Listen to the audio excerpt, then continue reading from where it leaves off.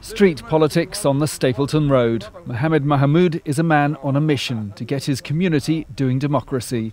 He has no political allegiance, but having grown up under a military regime in Somalia, he values the freedom to choose.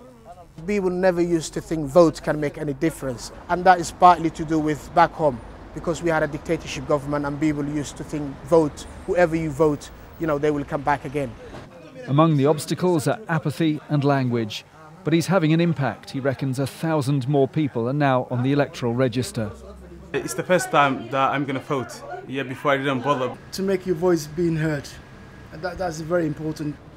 In last year's local election, less than a quarter of those registered to vote actually did so in this ward, Lawrence Hill. So the push to get more people registering and voting has caught the eye of politicians.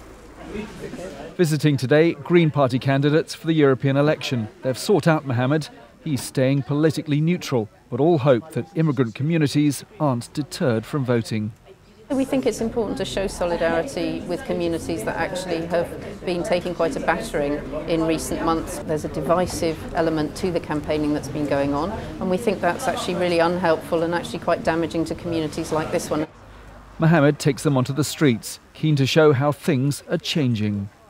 I was always passionate about politics and social change. I wanted to see something different happening within my community. So I was so happy to see from isolation to active participation, and that is something I'm proud of and my team.